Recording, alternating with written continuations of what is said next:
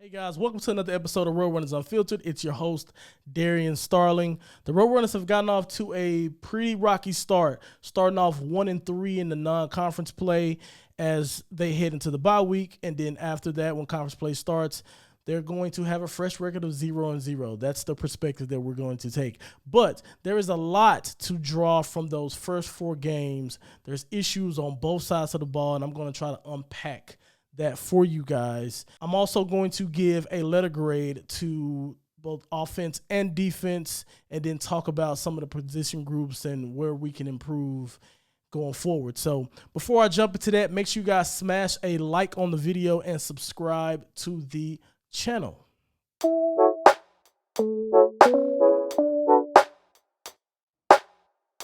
So starting with the offensive side of the ball, I think that they just need a complete reset. They were all over the place in the first four games. I think the first two games, the play calling was just not there. And then you've seen a stark difference in the play calling against Army and even against Tennessee in some phases of Tennessee. And I think a lot of that has to do with the quarterback change, right? We had Frank the first two games, and we had Italy Marburger and McCown the last two games. And there were some differences that I think really stood out. So I think with Frank in at quarterback, we did a lot more slow developing plays. I think there's a lot more play action because you really want to try to make the defense hesitate, because Frank has the ability to run the football and he's dangerous with his legs. So you definitely want to use that. But I think one of the issues that we've seen with that is Frank was under a lot of pressure, and the receivers weren't getting open, so on and so forth. So what that tells me is right now we don't have the offensive line to play action as much as we do. We play action quite a bit, and that sometimes relies on the offensive line to hold up for a while. It also relies on the defense to really be on their heels because they think that we could possibly be running the ball. But if we do it too much, a defense is going to not respect it as much, right? So I think that we've gotten ourselves into a bit of trouble with that in the first couple of games, and our receivers aren't getting open. So like that then causes Frank to hold on to the ball a lot more.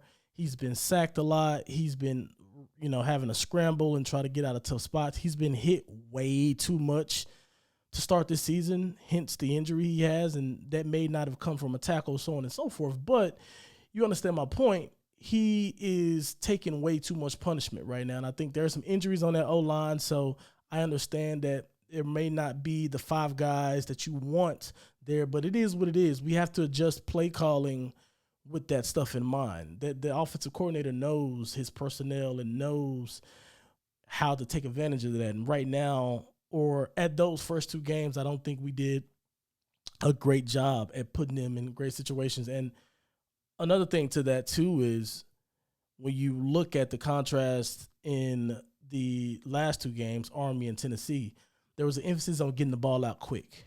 So when Eddie Lee came on, one of the things that the offense did well was get the ball out quick. They didn't want him patting the ball for a while and standing back. He had really simple reads to make and simple passes and simple throws to make, and he did those well. And I think that's something that they'll need to bring back into the fold a little bit more when Frank's there. It's one of those things where I actually think he's called better games with Eddie Lee and McCown being at quarterback, because he is not going to rely on them to play make as much as he would with Frank Harris, with a quarterback like Frank Harris. So I think with that, he just simplified the playbook a little bit, and that was the adjustment that allowed the offense to move with a little bit more rhythm and a little bit more pace. And I think when Frank gets back, we're going to have to do that with him as well to get him back in the rhythm. All this nonsense about maybe McCown should be starting over Frank or Eddie Lee Marburger should be starting over Frank is asinine, guys. I'll just be honest. I've seen a lot of that on Twitter, and it's just mind-boggling. Frank is the legend of the program. Yeah, he got off to a slow start, but we also have a new offensive coordinator. So let's take that into consideration. It is not all him. He is playing with new personnel as well. So, that has to be in consideration before we start jumping off the ship already. Like, what are we doing?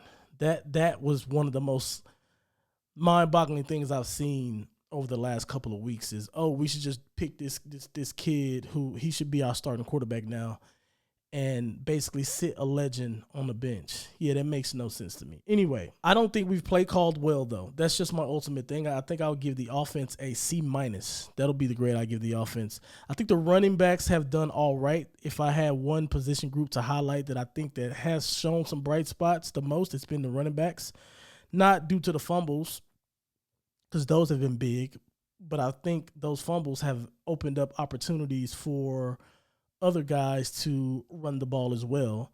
And although I think that you never want to see guys fumble, but I also can appreciate the guys when their number were called off that bench, they came in and did a job. And that's, anytime your number gets called, it's time for you to go put in a shift. And those guys have really answered the bell, and you can really appreciate that. So I think we have a nice three-headed monster running back with Kavorian Barnes, with Rocco Griffin, and with Robert Henry. I really like Henry.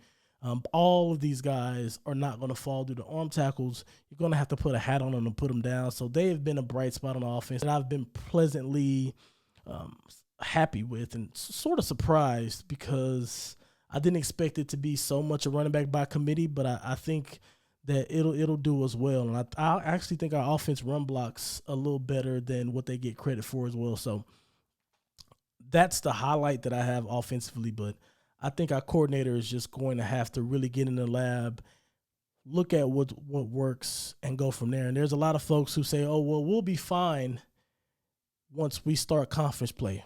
What have you seen that I haven't? Conference play is not going to be easy. You think people in our conference can't play with U of H, can't play with Texas State, can't play with Army? Yeah, maybe not Tennessee, but those first three games, our conference opponents are going to be on the same level as those teams. So I am going to back my school. I'm going to back UTSA 100%, and I still believe with the healthy Frank, with JT Clark returning, we'll right the ship offensively. But there is a lot of, hey, we'll be fine during we'll be fine during conference play. Yeah, what evidence do you have right now other than just faith? Yeah, there's no there's not a good evidentiary basis to that claim right now, considering what the offense has shown 3 out of the 4 games we played. So I'm hoping that things turn around 100%. I hope so, but I think the play calling is going to have to sheer up. Our receivers are going to have to beat man coverage. It just gets down to that. Our receivers have not beat man coverage well at all. And that is also one of the reasons our quarterbacks are patting the ball and getting hit a lot. If you don't beat man coverage, who are we going to throw the ball to? You either going to throw the ball in a dangerous situation, or you're going to take a sack because you're going to have to go through all of your reads and options, or the quarterback's going to try to run. It's going to be that's the only outcomes. So I think Joshua Cephas has done a good job, him notwithstanding. But Taki Ogle-Kellogg has done really good too. He showed up big in some big spots and made some big plays. But just in general, I don't know if it's play calling or what, but our guys aren't getting open, man. That's going to have to change. So I hope they scheme some stuff up, really work in this bye week to sheer up some of the basics. If we go back to the basics, we'll be fine because we have talent. We have really good talent. We're going to be just as talented, if not more talented, than the teams we do play in conference. Whenever we enter a lot of these games, our team is just as good, or we're more talented than most of the opponents we play. We are. I think we were probably more talented than that Houston team. If we want to keep it a buck, we're not losing these games off of talent. We got to figure something out. It's not my job to know. It's going to be up to the offensive coordinator, but they got to do better. Now, before I transition to defense, if you guys want a more in-depth analysis and I give letter grades to position groups, make sure you guys subscribe to the Patreon, where there's going to be a lot of Roadrunners content there as well. Now, on to the defense. I think the defense will be fine, but I cannot say that I'm not a little bit discouraged after the last two performances. I didn't expect us to beat Tennessee. I've been pretty clear about that, but I expected a good performance. I expected both offense and defense to come out and really fight because we play well against these Power 5 schools. Yeah, we don't win these games, but we play them well. They're always competitive. Yeah, this one wasn't competitive. They came and punched our defense in the mouth to start the game. And it really put a sock in my mouth in the preview leading up to this because our defense had played U of H and Texas State, which are spread offenses, and they did a really good job at just bending a little bit but not breaking. And I expected the same to happen against Tennessee. Another spread offense, you got some of the same threats. I almost kind of throw away the Army game due to the uniqueness of their offense because they don't really play like anybody else, even though they were in the gun a lot more than they typically are. But I still kind of throw away some of what we did defensively in the Army game. Whether I should do that or not is it's a different discussion. But I do in my brain. But when I think about the Tennessee game, us giving up 45 points that way, they just sat on us, man. They just sat on us. They just beat us in every way. And I think the defensive line, who I've been raving about week in and week out, they got manhandled against Tennessee. And it kind of goes back to what I was saying in the preview leading up to that Tennessee game. You see the big difference in those Power 5 schools and non-Power 5 schools in the trenches. Because there's a ton of people who want to play flashy receiver, running back, quarterback all over the country. But so that pool is going to be wide, and you're going to have almost every D1 school is going to have supreme talent in those skill position areas because there's a lot of them. There's a huge pool to pull from. But when you look at when you look at folks who are 300 plus pounds that can move like a cat, there's not a lot of those just hanging around. There's just not. It's not a lot of those just, it's not going to be a wealth of those going around the country. So the bigger schools are going to pick those guys off. And the big schools are the ones who get those 300 and something pound linemen who are downhill, physical, and move like a cat. So we got manhandled a little bit against Tennessee, which I can't say I did not expect it. I just expected it to not be as bad as it was. They were running the ball on us. I mean, they went 80 plus on the first play of the game, basically. So, defensively got to be better. I was really shocked that they had as much success. I think in the second half, we got it together a little bit, but to be fair, they probably let off the gas a little bit. They only scored 14 points in the second half. Here's what I will say about the defense, and my letter grade for the defense is going to be about a C+. Here's what I will say about the defense.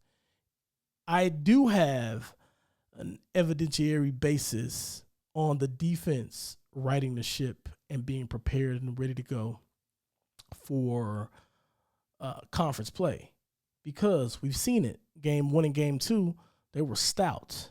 They were stout against those offenses, and they're going to see offenses similar to that going forward. So I do think the defense will be fine because we've seen it. Offensive side of the ball, we haven't seen it. We haven't seen it yet. I think the defense just needs to get back to the basics. We got to tackle better. We were leaky in some of the coverages against Tennessee, which wasn't great. I don't want to rehash all of that because I did a lot of that in the aftermath instant reaction video. Make sure you guys go check that out if you already haven't seen it. But the defense will be fine. I am worried about the offense. I think that our coaches are going to have to do a job because they're going to have to speed run a refresher, a recharge for our team. Our team needs to be recharged. I felt like guys were dropping their heads and letting the pressure and letting some of the situation get to them a little bit. The body language didn't look great in some of these games, and it's because they're used to winning. It's because UTSA has built a winning culture, and now we're in a situation where we've gotten punched in the mouth 3 out of the first 4 games. Now things aren't too peaches and cream and rosy.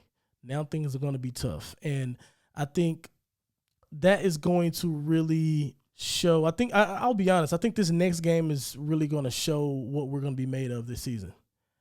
And the reason I say that is because we still have yet to put together a complete game. For me, and I'm not going to get into the preview, I expect us to win, right? But it's less about the score, in my opinion, right now. It's more about putting together a complete game. We have not done that, where the offense shows up and the defense shows up. If we somehow lose in that situation, I'm fine with that. But we haven't played a complete game. That's the problem. Until we play a complete game, we're not going to beat anybody. And that's not me saying like, oh, UTSA is some bad team. We're a great team. I think we should win conference still. I stand by that. My feeling on that has not wavered one bit. But what can't keep happening is one side of the ball decides to show up, the other doesn't. Because then we're not even giving ourselves a chance. So